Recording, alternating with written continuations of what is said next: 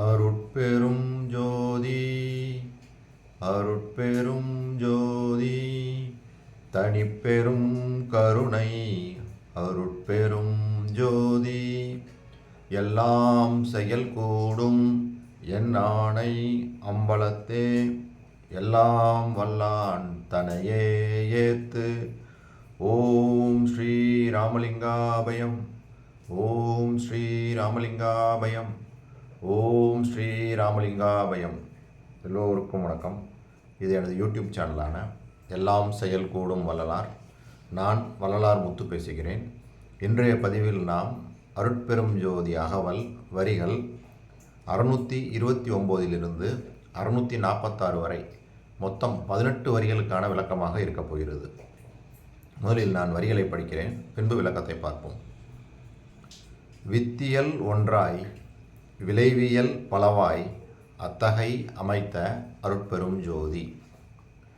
விளைவியல் அனைத்தும் வித்திடை அடங்க அளவு செய்து அமைத்த அருட்பெரும் ஜோதி.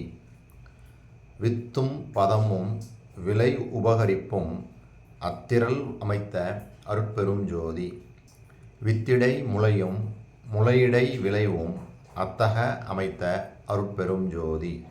வித்தினுள் வித்தும் வித்ததில் வித்தும் அத்திரம் வகுத்த அருட்பெரும் ஜோதி. விளைவினில் விளைவும் விளைவதில் விளைவும் அலையுற வகுத்த அருட்பெரும் ஜோதி. முளையதின் முளையும் முளையினில் முளையும் அலைதர அமைத்த அருட்பெரும் ஜோதி. வித்திடை பதமும் பதத்திடை வித்தும் அத்துற அமைத்த அருட்பெரும் ஜோதி. பதமதிர் பதமும் பதத்தினுட்பதமும் அதிர்வர வகுத்த அருட்பெரும் ஜோதி. இது அந்த 18 வரிகள்.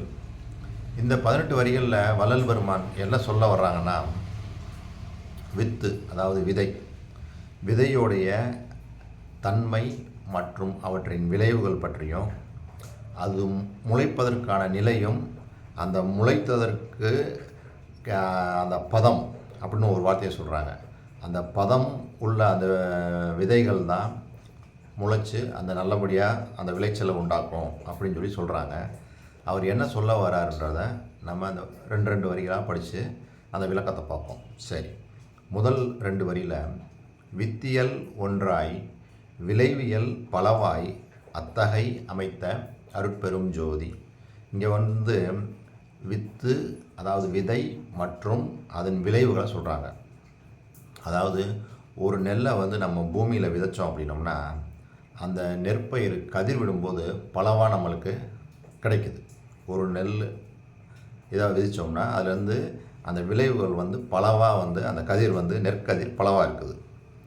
இது எல்லா தாவரங்களுக்குமே பொதுவானது. ஆக வித்து ஒன்றே ஆனாலும் விளைவோ பலவாக விளையும்படி எல்லாவற்றிலும் அமைத்த அருட்பெரும் ஜோதி. அதாவது வித்து ஒன்று விளைவு பலவாக விளையுமாறு அமைத்த அருட்பெரும் ஜோதி அப்படின்றாங்க. சரி, அடுத்த 2 வரிகள் விளைவியல் அனைத்தும் வித்திடை அடங்க அளவு செய்து அமைத்த அருட்பெரும் ஜோதி. இங்கே ஒரு அளவை நிர்ணயிக்கிறாங்க. அது என்ன அளவு அப்படின்னா, அதாவது எந்த தாவரத்தின் விதையோ அந்த விதையிலிருந்து அந்த தாவரம் மட்டுமே விளையுமாறு வரையறை செய்து வகுத்து கொடுத்த அருட்பெரும் ஜோதி. ஒரு எல்லை நிர்ணயம் பண்ணுறாங்க. இப்போ ஆலமரத்தோட விதை அதாவது வித்தை நம்ம போட்டோம்னா அதிலிருந்து அந்த ஆலமரம் தான் வரும். அது மாதிரி என்ன விதையை நம்ம விதைக்கிறோமோ அதுதான் கிடைக்கும் அப்படின்னு தான் சொல்கிறாங்க. இதைத்தான் ஒரு அளவுன்றாங்க. இது மாதிரியே எல்லாமே ஒரு எக்ஸாம்பிளுக்கு நம்ம ஆலமரம் சொன்னோம். இது மாதிரி என்ன விதையை நம்ம விதைக்கிறோமோ அதுக்குள்ளே என்ன தன்மை இருக்குதோ அதுதான் அந்த விருட்சமாக பெருசாக வளர்ந்து பலன் கொடுக்குது அப்படின்னு சொல்கிறாங்க. அடுத்து வித்தும் பதமும் விளை உபகரிப்பும் அத்திரள் அமைத்த அருட்பெரும் ஜோதி. இப்போ இதில் என்ன சொல்கிறாங்கன்னா பக்குவ நிலையை சொல்கிறாங்க. பக்குவ நிலைன்னு எதை சொல்கிறாங்க அப்படின்னா, இப்போ ஒரு விதையை நம்ம விதைக்கிறோம். அது சில விதைகள் விதைச்ச உடனே ஒரு நாள்லேயே கூட மேலே துளிர் விட்டு அப்படியே வருது. சிலது நம்ம விதைச்சோம் எந்த ஒரு இதுவுமே தெரியாது. ஏன்னா வரலன்னு பார்த்தோம்னா 2-3 நாளைக்கு அப்புறம் வரும். சில இதெல்லாம் 10 நாள் ஆனாலும் வராது, சில இதெல்லாம் 3 மாதம் ஆனாலுமே வராது. இதுக்கெல்லாம் என்ன காரணம் அப்படின்னு சொல்கிறாருன்னா, அதனுடைய பக்குவ நிலை தான் காரணம். சில விதைகள் விரைவாக வெளியே பலன் கொடுக்குது, சிலது வருவதற்கு தாமதமாகுது. இதற்கு காரணம் அதனுடைய பக்குவ நிலை. அதாவது வித்தையும் அந்த வித்திலே பதம் என்னும் பக்குவத்தையும் அந்த வித்தின் மூலம் விளைவு அதிக எண்ணிக்கையில் விளங்குமாறும் அந்த ஆற்றலை அந்த விதத்திலேயே வகுத்து கொடுத்த அருட்பெரும் ஜோதி. இதுதான் இந்த 2 வரிகள். வித்தும் பதமும் விலை உபகரிப்பும் அத்திரல் அமைத்த அருட்பெரும் ஜோதி. சரி, இப்போ அடுத்த 2 வரிகள். வித்திடை முளையும் முளையிடை விளைவும் அத்தக அமைத்த அருட்பெரும் ஜோதி. இது வரைக்கும் அந்த வித்து அதை பற்றி பேசிட்டு வந்தாங்க. இங்கே அந்த முளைச்சு வருது பார்த்திங்களா, முளைப்பு, அதை பற்றி சொல்கிறாங்க. அதாவது வித்திலிருந்து முளையும் அந்த முளையிலிருந்து விளைவும் ஏற்படுமாறு வகுத்த அருட்பெரும் ஜோதி. அந்த ஒரு வித்துன்னு இருந்தால், ஒரு விதைன்னு இருந்தால் தான் அதில் அந்த முளைப்புன்னு ஒன்று ஏற்படும்.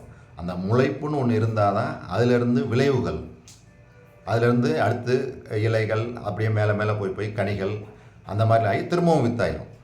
ஸோ இந்த ப்ராசஸ் தான் சொல்கிறாரு. வித்திலிருந்து முளைக்குது, அந்த முளைவிலிருந்து விளைவுகள் கிடைக்குது அப்படின்னு சொல்கிறாங்க. அடுத்து வித்தினுள் வித்தும் வித்ததில் வித்தும் அத்திரம் வகுத்த அருட்பெரும் ஜோதி. இங்கே 2 விஷயங்களை சொல்கிறாங்க. வித்தினுள் வித்து, வித்து அதில் வித்து. அதாவது வித்தினுள் வித்து அப்படின்னா என்ன அப்படின்னா, வித்து முளையாகி வளர்ந்து பூத்து காய்த்து கனியாகி மீண்டும் வித்தாகுது. ஆரம்பமான வித்து முடிவிலும் வித்தாகவே நிற்கும் நிலைதான் வித்தினுள் வித்து.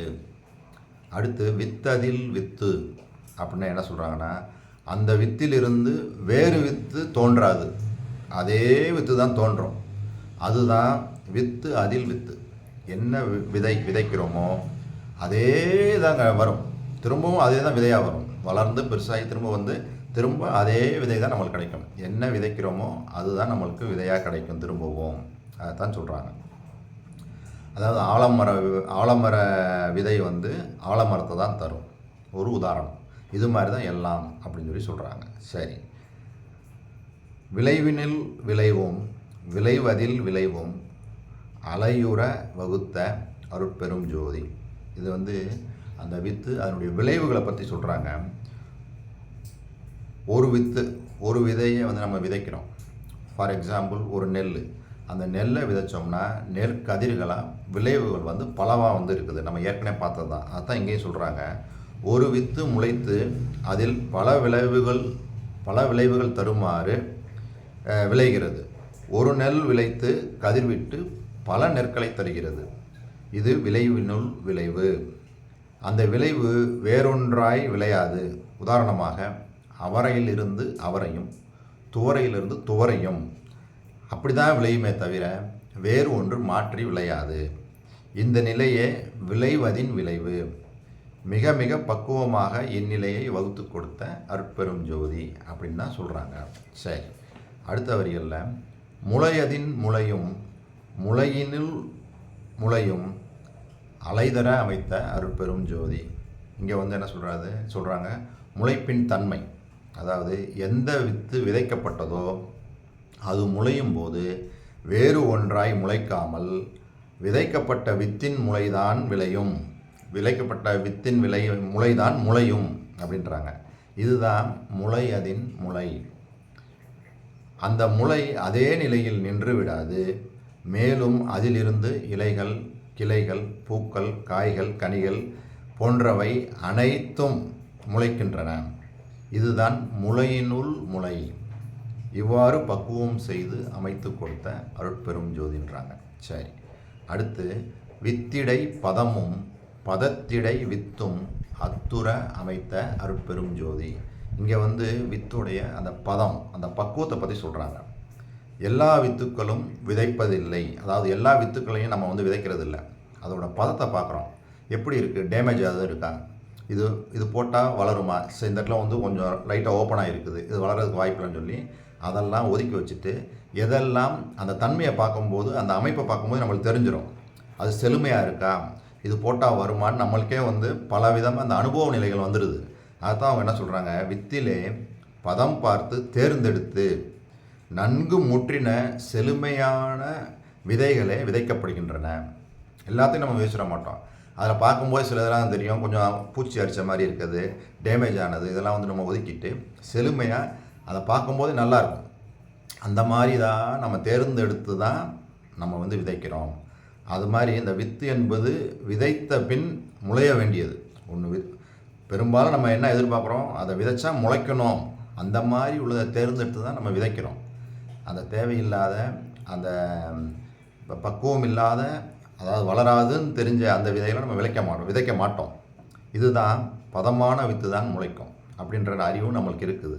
அதைத்தான் அவங்க சொல்கிறாங்க, வித்திலே பதத்தையும் அந்த பதத்திலே விளைவையும் மீறாமல் இருக்குமாறு அமைத்த அருட்பெரும் ஜோதி. ரைட்டு. அடுத்து, பதமதிர் பதமும் பதத்தினுட்பதமும் அதிர்வர வகுத்த அருட்பெரும் ஜோதி. பதம்னா ஒரு பானை சோற்றுக்கு ஒரு சோறு பதம்ன்றோம். அது மாதிரி ஒரு விதையை வச்சேன். இப்போ உங்கள்கிட்ட ஒரு சாக்கு நிறைய விதைகள் வச்சுருக்கீங்கன்னு வச்சுக்கோங்க. அது கொஞ்சம் தான் எடுத்து பார்க்கும்போது தெரிஞ்சிடும், இது எல்லாமே நல்லாயிருக்கு, இல்லையே இது கொஞ்சம் இந்த மழைக்காலங்கள்லாம் பார்த்திங்கன்னா அது நல்லா பக்குவமாக வைக்கலை அப்படின்னா அழுகி போகிறதுக்கு வாய்ப்பு இருக்குது. ஸோ அந்த மாதிரி இதெல்லாம் வந்து டேமேஜ்னு நம்ம ஒதுக்கிடலாம்.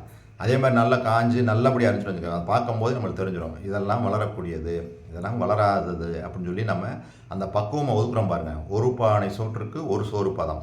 அந்த மாதிரி ஒன்றை பக்குவம் பார்த்து அதே நிலையில் உள்ள மற்ற வகைகளின் பக்குவத்தையும் உணர்ந்து பதம் அந்த மாதிரி உணர்வது தான் பதமதிர் பதம். பதம் பார்க்கப்பட்ட வித்தினுள்ளே இருக்கும் விலையும் பக்குவமே பதத்தினுட்பதம். இந்த நிலை மாறாது வகுத்து கொடுத்த அருட்பெரும் ஜோதி.